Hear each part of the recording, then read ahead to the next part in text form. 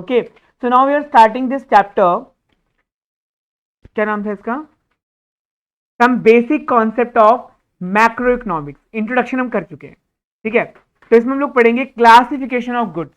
Classification of goods के अंदर पहला टॉपिक आता है हमारा final goods and intermediate goods क्या होते हैं। तो ये आपको मैं अपनी नोट्स से दिखाता हूं इधर। मैक्रो इकोनॉमिक्स क्या है क्या नहीं है, we are not going to study about it because हमारा पहला चैप्टर हो चुका है। हम यहाँ पे डिस्कस करने जा रहे हैं गुड्स क्या होते हैं। एनी फिजिकल और tangible product that can be seen and touch, इसको हम टच कर सकते हैं, इसको हम सी कर सकते हैं, देख सकते हैं, वो हमारे लिए गुड्स होता है, ठीक है। गुड्स जिसको हम छू, सर आपका माइक ऑफ है क्या? ओह माय गॉड, सॉरी बेटा सॉरी। ठीक है, मैंने सिर्फ ये बताया कि इस चैप्टर में हम लोग करेंगे क्या, क्लियर है। तो गुड्स क्या होते हैं, गुड्स आर द फिजिकल और tangible product which can be seen and which can be touched. लेकिन जिनको हम सी नहीं कर सकते, देख नहीं सकते, जिनको हम टच नहीं कर सकते, वो क्या होते हैं, वो सर्विसेज होती हैं, सर्विसेज। ठीक है, मैं आपको पढ़ा रहा हूं, क्या आप मेरी सर्विस को टच कर सकते हो?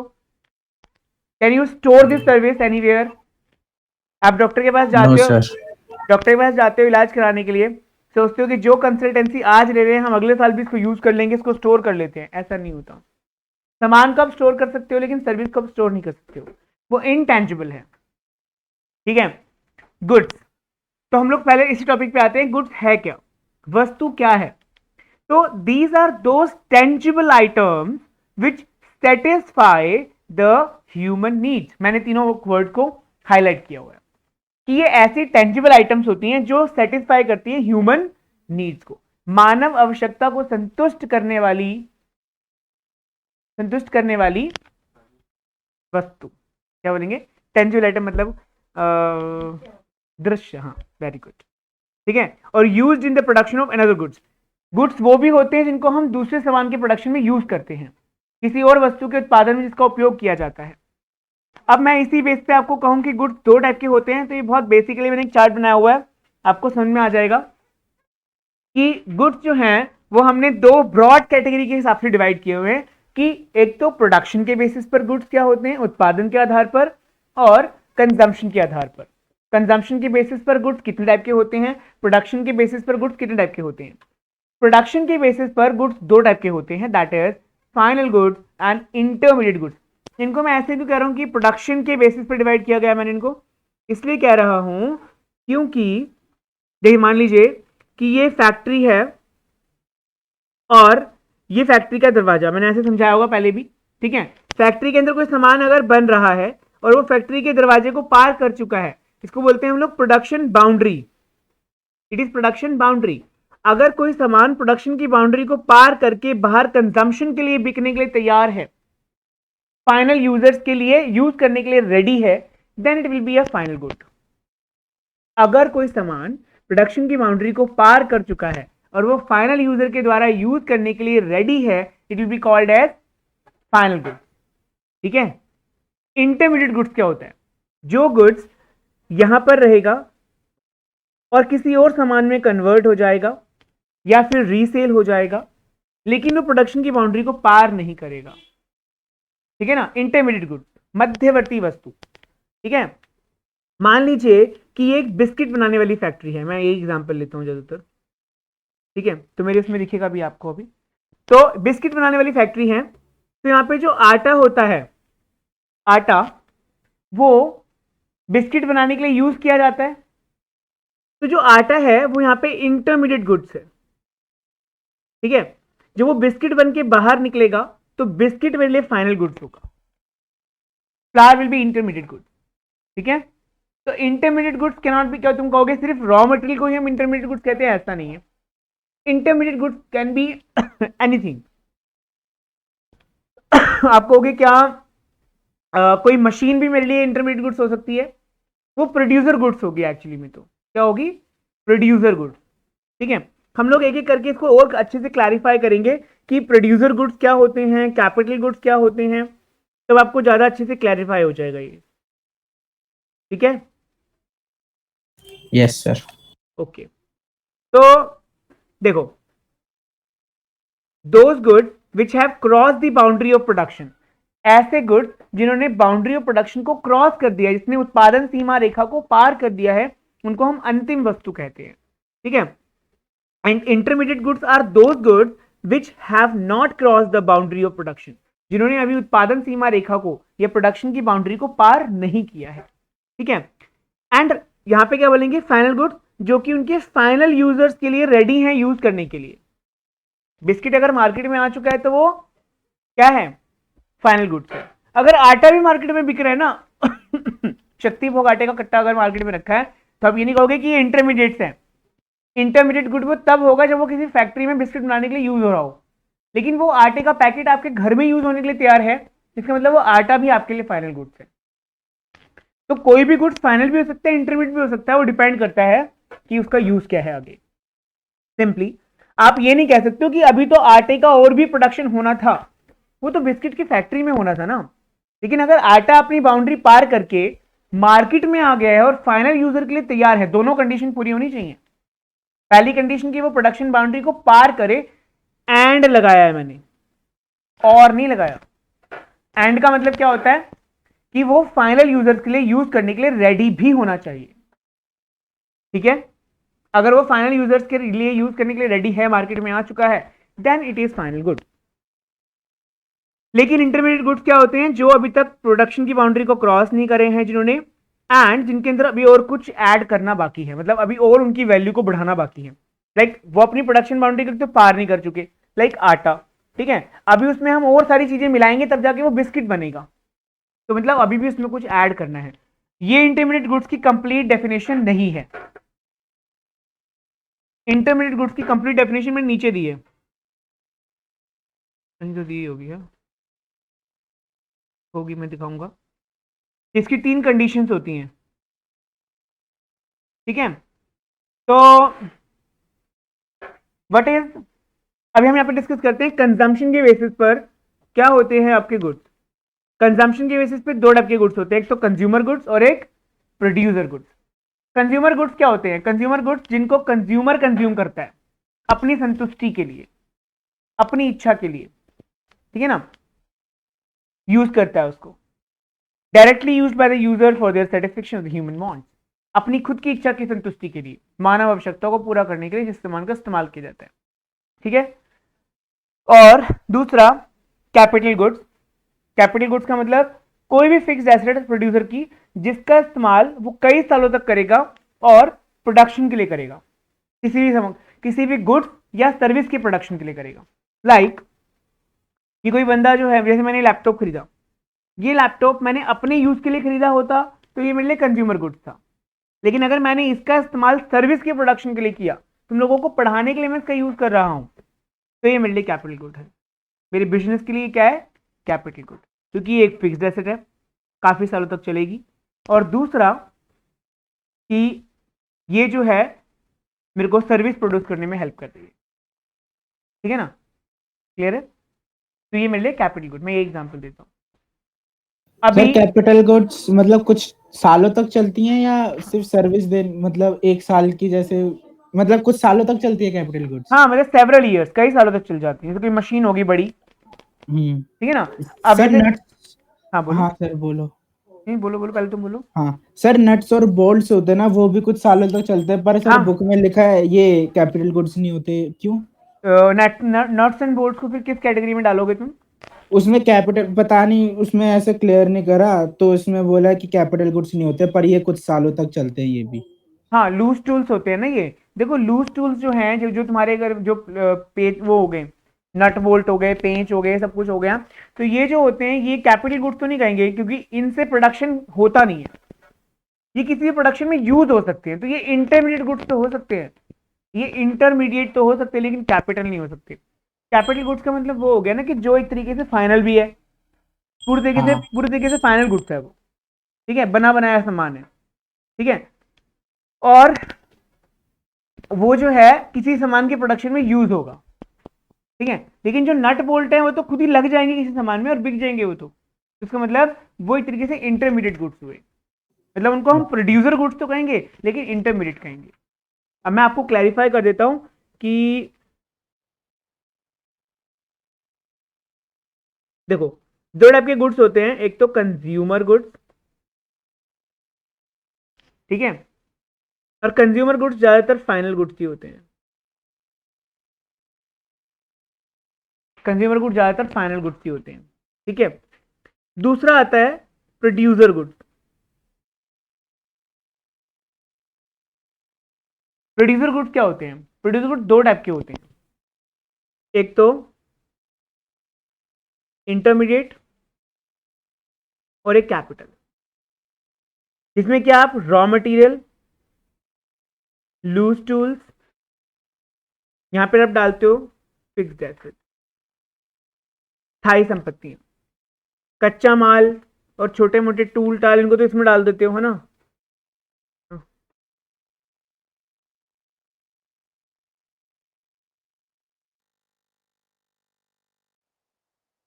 तो रॉ मटेरियल, लूज टूल ये तो आप डालते हो इंटरमीडिएट्स में, और जो फिक्स्ड एसेट को डालते हो आप कैपिटल में, लेकिन दोनों मिला के क्या बनते हैं? ये producer goods.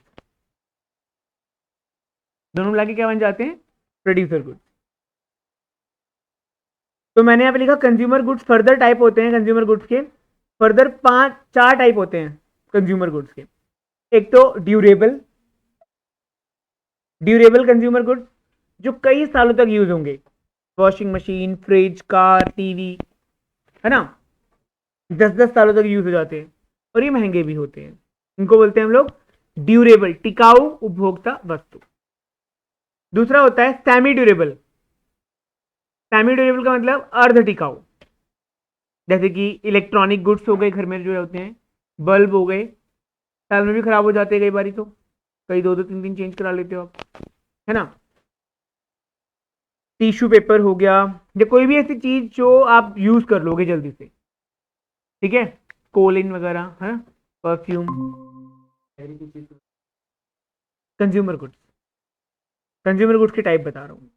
Non durable, non durable मतलब जो बहुत पैरिशेबल नेचर के होते हैं, गैर टिकाऊ, जो बहुत जल्दी खराब हो जाएंगे, सब्जियां, अंडे, इनकी लो वैल्यू भी होती है, थोड़े सस्ते मिलते हैं। सर्विसेज, सर्विसेज जो होते हैं वो non material but they satisfy human wants directly. Services directly का मतलब अगर जो बंदा सर्विस लेने जाएगा उसी को उसका फायदा मिलेगा। अगर मूवी देखने के लिए मैं जाऊंगा तो मुझे मजा आएगा, ये नहीं कि मैं मूवी देख कर आऊँ सबको समझा दूं कि ऐसे ऐसे था तो उनको भी मजा आ जाएगा, ऐसा नहीं होता। डायरेक्टली ह्यूमन वांट को सेटिस्फाई करता है ये, ठीक है ना।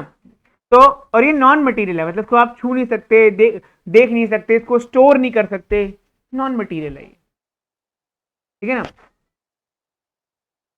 इंटरमीडिएट प्रोडक्ट और फाइनल प्रोडक्ट में डिफरेंस हम लोग पकड़ रहे हैं, एक बार पढ़ रहे हैं।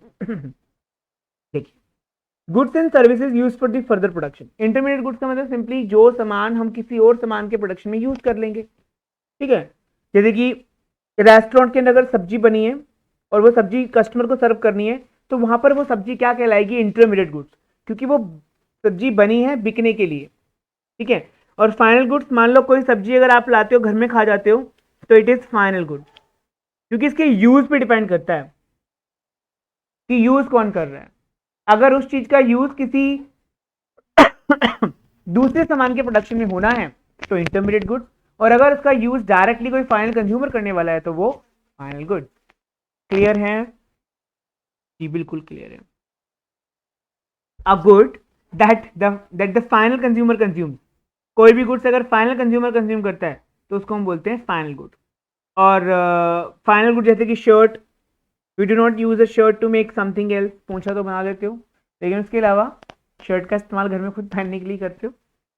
फैब्रिक, लेकिन मान लीजिए कि कपड़ा है, थान, उसका आप इस्तेमाल कर सकते हो कुछ भी बनाने के लिए, शर्ट पैंट कुछ भी बनाने के लिए यूज करते हो उसका, तो दैट इज इंटरमीडिएट, क्योंकि आप थान तो लपेट के घूमोगे नहीं, है ना, उसकी कुछ ना कुछ तो बनाओगे ना, शर्ट वगैरह। सर फाइनल गुड्स में वैल्यू एडिशन नहीं होता, तो सर मान लो अगर हमने उसको कुछ टाइम यूज करने के बाद स्क्रैप में भेज दिया तो उसको बोलेंगे हाँ, वैल्यू एडिशन? नहीं नहीं नहीं, उसको वैलिडेशन नहीं बोलेंगे, उसको बोलेंगे कि वो बेकार है हमारे लिए। तो अच्छा।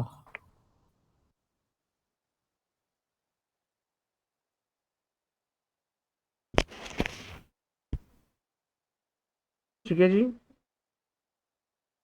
चलिए आगे चलते यस हैं। सर। तो आगे आते हैं हम लोग प्रोड्यूसर गुड्स की तरफ। देखिए, those goods which are used in the production of other goods, जिसका इस्तेमाल किसी दूसरे सामान के प्रोडक्शन में होना है। ठीक है, type of producer goods. Producer goods कितने टाइप के होते हैं?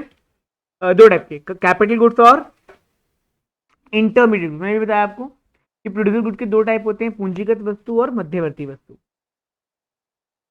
जैसे कि मैंने कहा, ओवन, अगर किसी फैक्ट्री में ओवन है, वो बिस्किट बनाते हैं, तो ओवन उनके लिए क्या है? ड्यूरेबल नेचर का है, तो वो उनके लिए कैपिटल गुड है।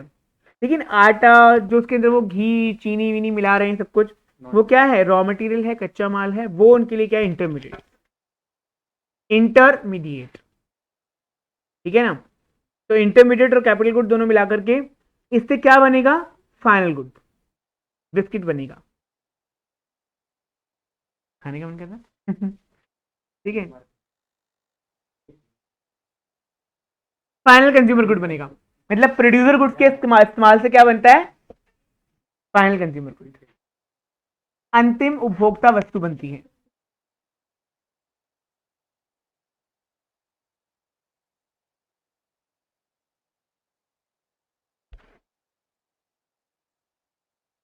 देखिए, ये मैं हमेशा से एग्जांपल देता हूं, बट थोड़ा सा ना दूं क्या इसको? मेडिकल स्टोर है, तुमने सुना नहीं है? चलिए, मेडिकल स्टोर का ही मैं बात करता हूं हमेशा। मतलब जिसने आपको बताया कि ओवन और रॉ मटेरियल मिलकर के प्रोड्यूसर गुड्स बनते हैं। प्रोड्यूसर गुड्स से क्या बनता है? Final good. ठीक है, जैसे कि मेडिकल स्टोर वाला है, वो अपनी दुकान में पहले तो क्या लगाता है? कुछ फिक्स एसेट लगाता है, लाइक कंप्यूटर रखता है, एक तो रैक लगाता है, नहीं ये काउंटर है, काउंटर मतलब जहाँ पे वो अपने कस्टमर को सामान देता है, दगल्ला वल्ला उसका होता है। रैक जहाँ पे दवाइयाँ रखता है वो। कंप्यूटर, आजकल तो सभी के पास कंप्यूटर होते हैं। एसी भी लगाते हैं लोग, फैन भी लगाते हैं, कैलकुलेटर रखता है भाई कितने का बिल बना है। ये सारे सामान जो है वो फिक्स्ड है, कई सालों तक यूज होंगे, इनको हम कहेंगे कैपिटल गुड। लेकिन जो दवाइयाँ उसने बेचने के लिए रखी हुई हैं, टैबलेट, कैप्सूल, ट्यूब, जो भी रखता है वो सब इंटरमीडिएट गुड्स है, क्योंकि वो रीसेल पर्पज के लिए रखा है उसने। तो आपके माइंड में एक चीज और आएगी कि इसका मतलब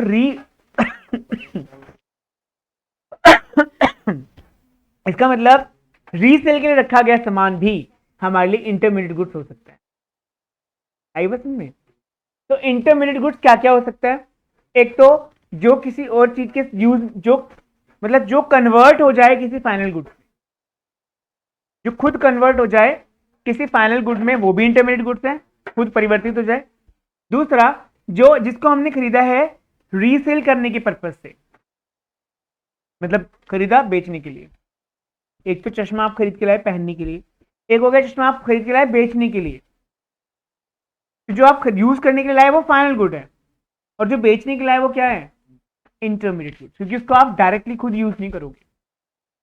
क्लियर है? तो ये सारी बातें आपको क्लियर हो जानी चाहिए। आई थिंक इतनी तो बातें समझ में आई जाती होंगी मेरी, है ना? बच्चा को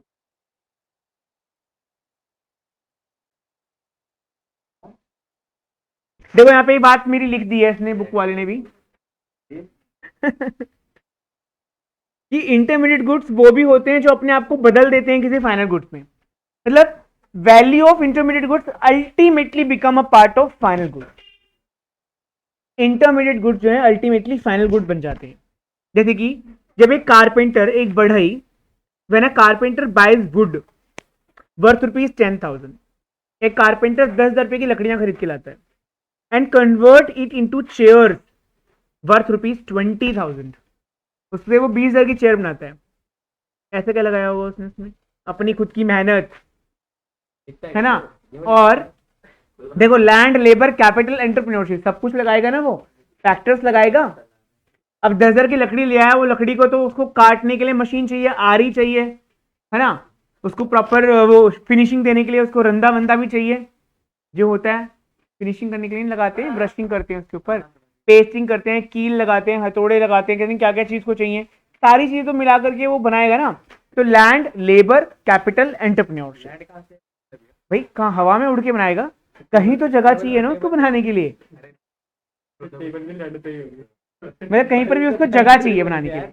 अपनी शॉप पे बनाएगा, जिस बंदे के घर में बनाने जाएगा उसके लिए बनाएगा, फैक्ट्री कहीं भी होगी उसकी, तो जहां पर वो जमीन लेके रखी हुई है वहां किराए तो देगा ही, ठीक है, या खरीदी होगी उसने, वो भी तो फैक्टर ऑफ प्रोडक्शन है।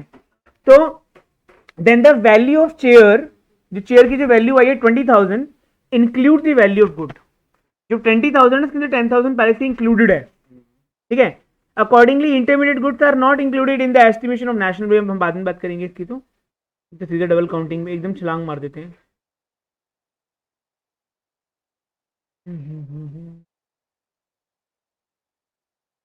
अरे उसने बीजर की एक चेयर नहीं बनाई है,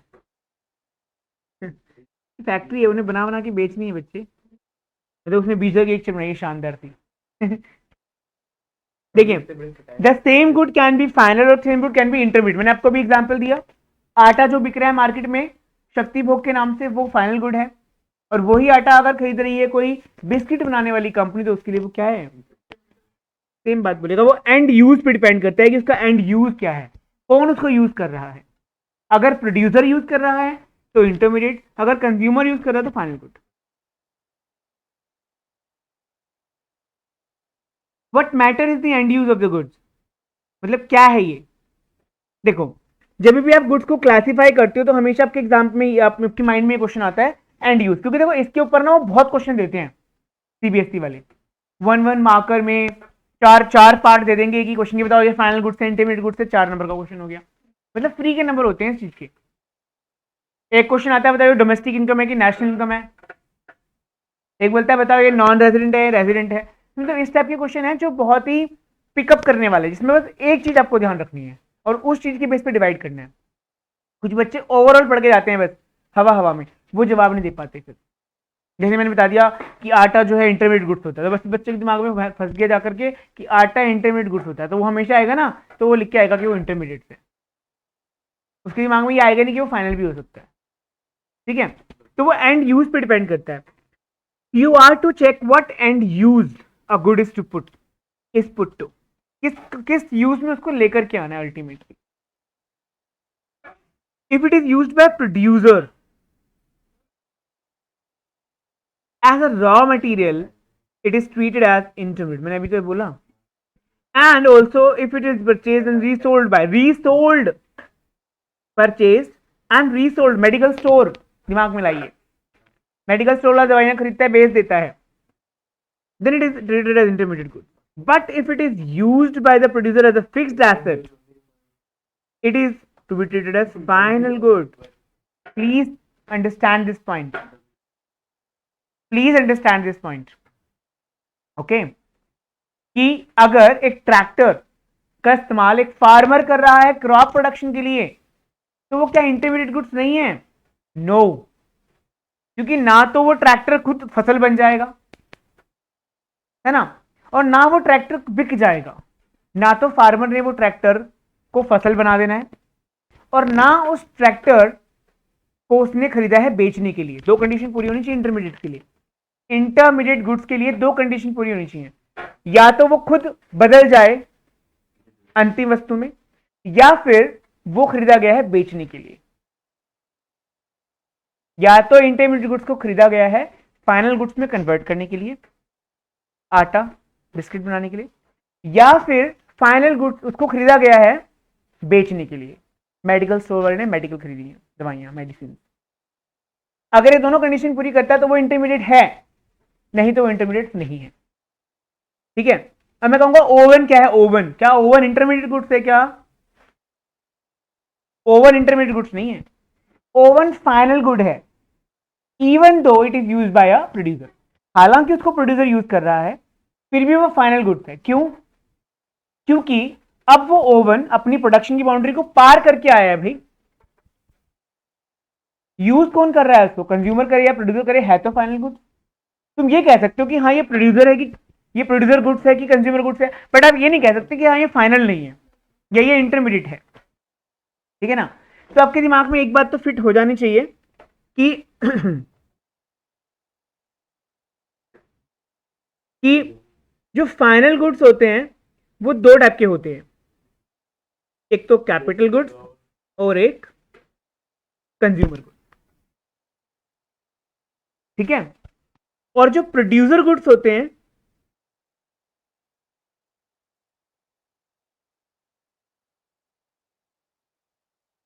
उसके अंदर कैपिटल तो आता ही आता है और इंटरमीडिएट भी आता है।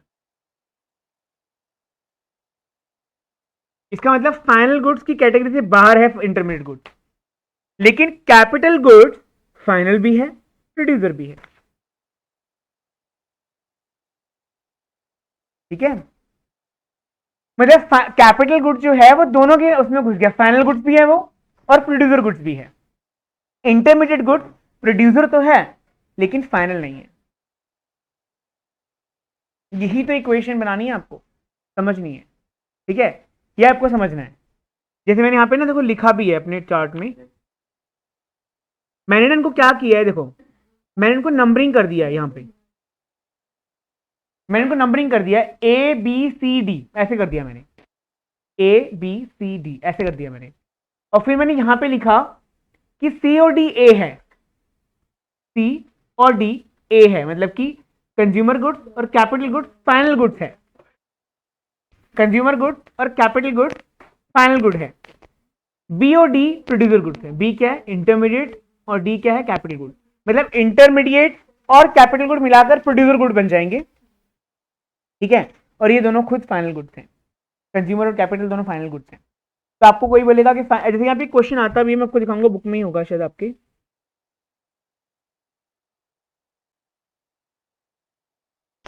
अगर कोई भी गुड्स फाइनल कंजम्पशन के लिए किसी घरवाले ने खरीदा तो फाइनल गुड्स है। ठीक है, जैसे दूध हो गया, दूध is as such not taken as a final और intermediatory, it is to be treated as final और intermediate depending upon the end use.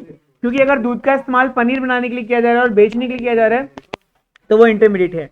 Dairy farmer अगर यूज कर रहा है मिल्क को तो उसके लिए तो वो क्या है, देखिए entire milk sold by the dairy farmer in the village may not be final good, क्योंकि अल्टीमेटली जो उसको खरीद रहा है ना बंदा, क्या पता उसको कोई हलवाई खरीद रहा है स्वीट्स बनाने के लिए, तो उसके लिए तो इंटरमीडिएट हो गया। देखो इसको पीने के लिए खरीदना है, दही बनाने के लिए खरीद रहा है अपने घर के यूज के लिए, तो फाइनल गुड्स हो गया। तो ये डिपेंड करता है।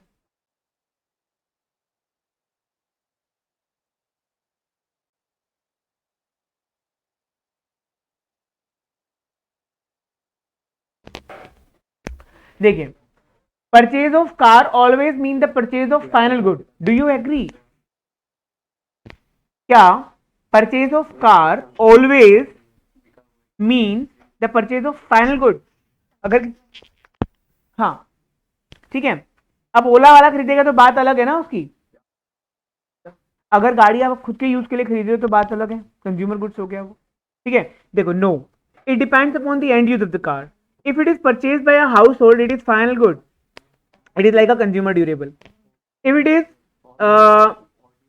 परचेज बाय टैक्सी ऑपरेटर या Ola Uber, then again it is a final good. Final good तो तब भी है, क्योंकि मैंने क्या बोला कि कंज्यूमर गुड और कैपिटल गुड दोनों क्या होते हैं, फाइनल गुड्स होते हैं। कंज्यूमर गुड और कैपिटल गुड दोनों क्या होते हैं, फाइनल गुड्स होते हैं, as it is finally used by the producer as a fixed asset. However, if the car is purchased by retail dealer from the factory for the purpose of pre-sale, it is to be treated as intermediate goods। मतलब कि देखो, मैंने 3 situation बता दी कि गाड़ी को खरीद रहा है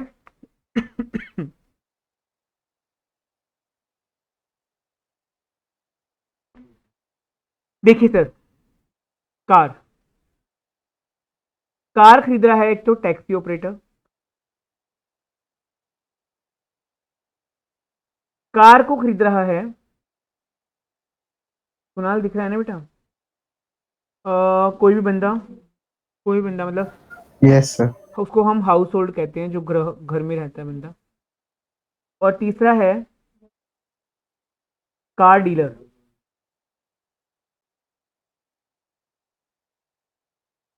कार डीलर समझते हो ना तुम लोग, जो कारों में डील करता है। जो कार ऑपरेटर है भाई, वो तो कार का इस्तेमाल करेगा, क्या करने के लिए, वाह, चलाएगा और कमाएगा, क्या कह रहे हैं, सर्विस देगा, साफ सी बात। तो इसके लिए क्या है ये,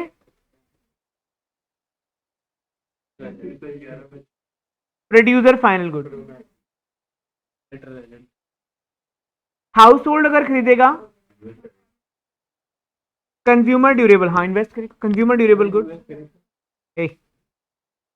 कंज्यूमर ड्यूरेबल गुड। और कार डीलर, कार डीलर अगर खरीदेगा तो उसके लिए वो क्या होगा, इंटरमीडिएट। क्योंकि मैंने क्या कहा कि अगर किसी भी सामान को खरीद के बेचने का पर्पज है तो वो इंटरमीडिएट कहलाता है। आप कहोगे इतनी बड़ी कार कैसे हो सकती है इंटरमीडिएट गुड्स? इंटरमीडिएट गुड्स कुछ भी हो सकता है अगर आपने उसको बेचने के पर्पज से खरीदा है तो, ठीक है ना।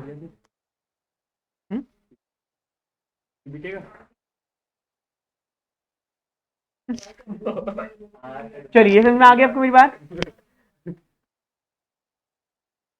फिर तो होलसेल का बिजनेस खोल देना। अबे वो भाई वो बिजनेस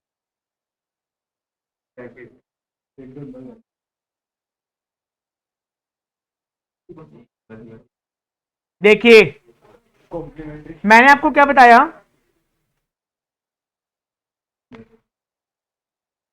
देखिए क्या आप मेरी बात समझ में आ रही है आपको? प्रोड्यूसर गुड्स के कितने टाइप बताए मैंने? प्रोड्यूसर गुड के कितने टाइप बताए बेटा मैंने?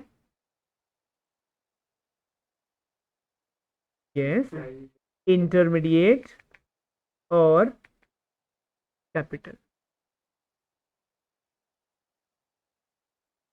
अब आपको पता चल गया होगा कि capital goods is a part of producer good. Capital good खुद एक हिस्सा है प्रोड्यूसर गुड्स का। अब देखो क्या लाइन बोलता है, all capital goods are producer goods. Simple सी बात है कि भाई कैपिटल गुड अगर प्रोड्यूसर गुड का एक हिस्सा है तो सारे ही कैपिटल गुड्स प्रोड्यूसर गुड्स तो होंगे, सारी पूंजीगत वस्तुएं उत्पादक वस्तुएं तो होंगी। बट सभी producer goods are not capital goods, क्योंकि आपको दिख रहा है यहाँ पे कि कैपिटल गुड्स की कैटेगरी, प्रोड्यूसर गुड्स का एक हिस्सा तो कैपिटल गुड्स होता है, एक हिस्सा इंटरमीडिएट गुड्स होता है। मतलब सभी कैपिटल गुड्स प्रोड्यूसर गुड्स तो होते हैं, लेकिन सभी प्रोड्यूसर गुड्स कैपिटल गुड्स नहीं होते, उसका एक और हिस्सा बन जाता है क्या, इंटरमीडिएट। ठीक है ना। तो ये स्टेटमेंट एकदम सही कही है इसने। Producer goods are those goods जिनका इस्तेमाल किसी और सामान के प्रोडक्शन में किया जाता है। इसके अंदर दो टाइप के सामान आते हैं, एक तो इंटरमीडिएट और एक फिक्स कैपिटल गुड्स। तो इसका मतलब यही बताना चाहता है ये कि प्रोड्यूसर गुड्स के अंदर इंटरमीडिएट गुड्स भी शामिल होते हैं, इसलिए सारे प्रोड्यूसर गुड्स कैपिटल गुड्स नहीं कहलाए जा सकते। क्या है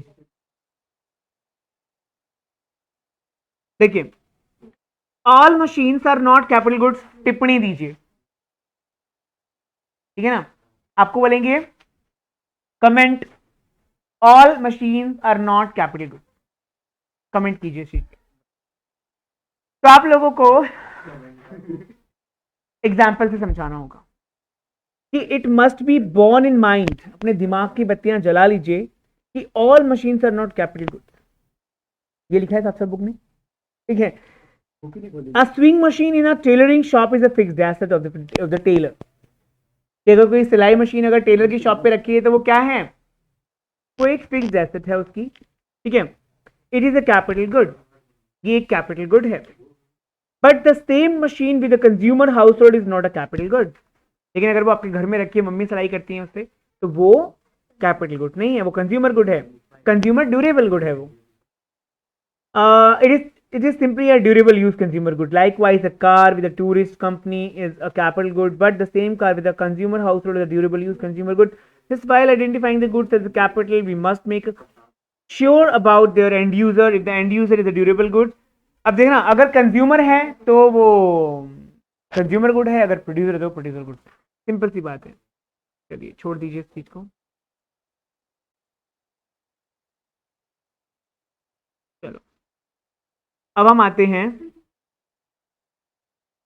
कंजम्पशन एक्सपेंडिचर के ऊपर आते हैं। मेरे नोट्स में देखता हूँ मैंने क्या करवाया इसके बाद।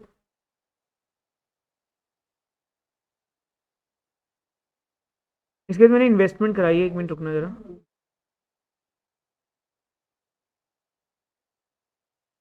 फिर मैं सेक्टोरल फ्लो पे आ गया हूँ, जब तक खत्म हो गया। इसका मतलब ये टॉपिक मुझे बीच में कराना पड़ेगा आपको। देखिए तो कुछ दिन के लिए देखो।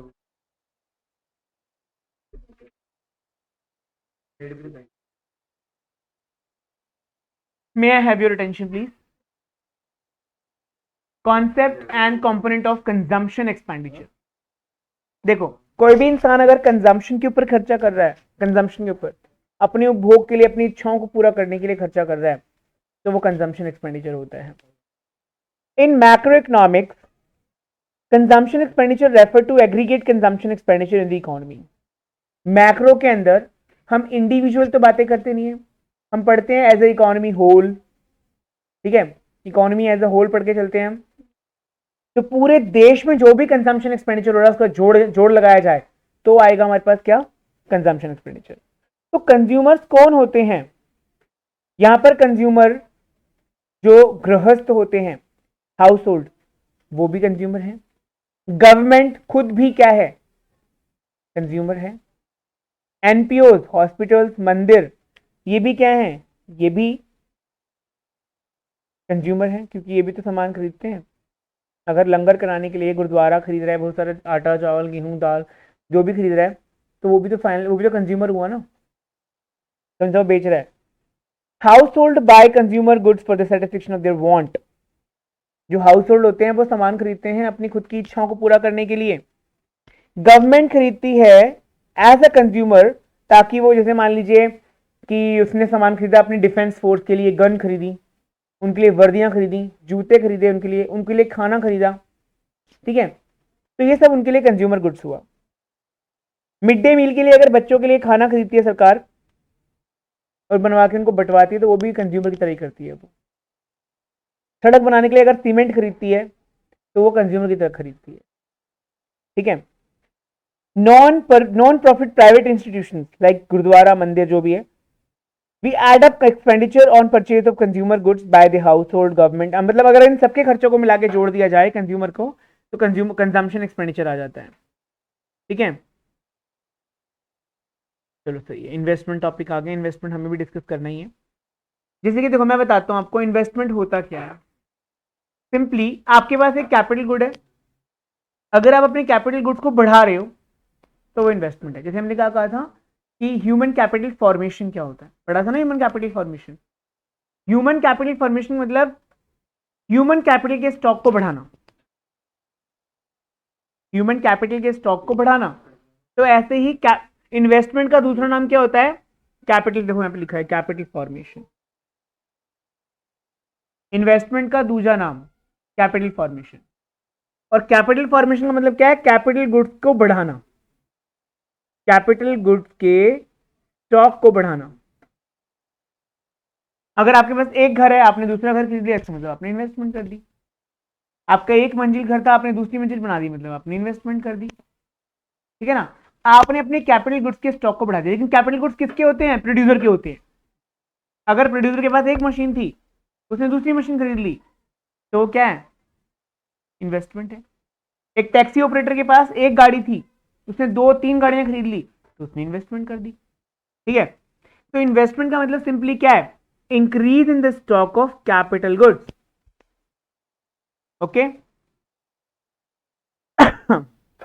अब इकोनॉमी की अगर मद्देनजर देखा जाए तो investment refer to the total production of capital goods during an accounting year. एक साल में हमारे देश के अंदर जितने कैपिटल गुड्स प्रोड्यूस हुए, क्योंकि कोई ना कोई तो खरीदेगा इनको, कि जितने भी कैपिटल गुड्स प्रोड्यूस हुए उसको इन्वेस्टमेंट कहेंगे। As noted earlier, these goods may be used either for the replacement of existing goods और for adding existing capital stock. या तो देखो, अगर कैपिटल गुड्स बने हैं, एक टैक्सी ऑपरेटर ने अगर एक नई गाड़ी खरीदी है, क्या पता उसने पुरानी गाड़ी को रिप्लेस किया हो, उसकी पुरानी गाड़ी खटारा हो गई, उसने उसको स्क्रैप करवा दिया हो और नई गाड़ी उसकी जगह पे ले ली हो। या फिर उसने अपनी एक और गाड़ी बढ़ाई हो, अपने बिजनेस को एक्सपेंड किया हो। दो तरीके से हुआ, एक तो नया, एक पुराने को रिप्लेस। तो इन्वेस्टमेंट दो तरीके की होती है, रिप्लेसमेंट कॉस्ट और न्यू इन्वेस्टमेंट, हम बोलते हैं gross investment. Replacement cost, sorry gross नहीं, नेट इन्वेस्टमेंट। नेट मतलब न्यू चीज खरीदना। एक तो होता है रिप्लेसमेंट कॉस्ट, रिप्लेसमेंट इन्वेस्टमेंट भी कह सकते हो, कि पुरानी चीज को खत्म करके एक नई चीज लाए हो। एक होता है बिल्कुल नया लाए हो, उसको बोलते हैं नेट इन्वेस्टमेंट। दोनों को जोड़ के क्या आती है, gross investment. I will tell you this very simple topic, आप लोगों को बहुत आसान लगेगी। देखिए, अगर मैं कहूं आपको इन्वेस्टमेंट के दो हिस्से, या तो एक इन्वेस्टमेंट तो हुई, पुरानी को खत्म करके नई लेकर के आए, उसको बोलते हैं रिप्लेसमेंट कॉस्ट, नाम याद रखोगे, पुनर्स्थापन लागत, ठीक है। और एक होती है नेट इन्वेस्टमेंट, आप नई नई एसेट लेकर के आए हो। अगर मैं आपको सिंपल भाषा में कहूं तो रिप्लेसमेंट कॉस्ट को हम लोग क्या कहते हैं, क्योंकि रिप्लेसमेंट कॉस्ट हमेशा डेप्रिसिएशन के बराबर होती है। आपने पुरानी एसेट को पूरा डेप्रिशिएट कर दिया और नई एसेट लेकर के आए, ठीक है। और डेप्रिसिएशन को जब आप नेट में जोड़ते हो तो क्या आता है, सकल, सकल निवेश, शुद्ध निवेश, मूल्यह्रास, ग्रॉस इन्वेस्टमेंट। तो ग्रॉस इन्वेस्टमेंट के दो हिस्से होते हैं, एक तो नेट इन्वेस्टमेंट और एक डेप्रिसिएशन, ठीक। और डेप्रिसिएशन का एक दूसरा नाम क्या होता है, रिप्लेसमेंट कॉस्ट, जो कि मैंने अपने इसमें बहुत अच्छे से लिखा है, ठीक है। फिक्स्ड इन्वेस्टमेंट, इन्वेंट्री इन्वेस्टमेंट, मैं भी इसकी बात कर रहा हूँ, ठीक है। फिक्स्ड इन्वेस्टमेंट की बात कर रहा हूँ, इसमें adding to the existing stock of the capital good और replacement of existing capital good, इसको हम रिप्लेसमेंट इन्वेस्टमेंट या डेप्रिसिएशन भी कहते हैं, इसको हम लोग नेट इन्वेस्टमेंट कहते हैं। दोनों को मिला के ग्रॉस फिक्स्ड इन्वेस्टमेंट आती है। मतलब मैंने जो बात करी है यहाँ पे, ये ग्रॉस फिक्स्ड इन्वेस्टमेंट की बात करी है। इसका मतलब आपके दिमाग में एक चीज और आ रही होगी कि इन्वेस्टमेंट तो दो टाइप की होती होंगी, फिर फिक्स्ड और इन्वेंट्री। देखो भाई, अगर कोई इंसान जो है, इन्वेंट्री इन्वेस्टमेंट का मतलब देखो, एक दवाई जो बंदा दवाई की दुकान खोल के बैठा है, वो इन्वेस्टमेंट दो तरीके से कर रहा है। एक तो वो अपनी दुकान पे कंप्यूटर लगा रहा है, अपनी दुकान पे काउंटर ला रहा है, एसी, कैलकुलेटर, 36 चीजें लगा रहा है, रैक लगा रहा है, वो फिक्स्ड इन्वेस्टमेंट हो गया। वही बंदा दवाइयों में तो दवाई में इन्वेस्ट नहीं कर रहा है। ये तो है नहीं कि जब कंज्यूमर आएगा कहेगा भैया जरा दवाई देना, शुगर की गोली, कहेगा अच्छा अच्छा अभी ऑर्डर लिखवा दो, कल मंगाता हूँ। फिर किस बात की इन्वेस्टमेंट, ऑर्डर पे लाएगा तो क्या फायदा, वो रखता है अपने पास हर चीज की दवाइयां, जो है फटाफट निकाल के दे देगा, बाई चांस नहीं है तो मंगा देगा। लेकिन उसको उसको भी तो बियर करना है लॉस को। अगर कोई दवाई रखे रखे एक्सपायर हो गई तो उसका नुकसान है ना वो तो, ठीक है। तो वो इन्वेस्टमेंट है। तो इन्वेस्टमेंट दो तरीके की होती है, एक तो ग्रॉस फिक्स्ड इन्वेस्टमेंट, जल्दी लिख रहा हूं, ठीक है, और इन्वेंट्री इन्वेस्टमेंट। इन्वेंट्री इन्वेस्टमेंट में कोई ग्रॉस और नेट नहीं होता, एक बात को ध्यान देना, क्योंकि इन्वेंट्री में क्या डेप्रिसिएशन होना है, ठीक है। इसके मैं दो हिस्से कर देता हूं, एक तो नेट इन्वेस्टमेंट और एक रिप्लेसमेंट इन्वेस्टमेंट।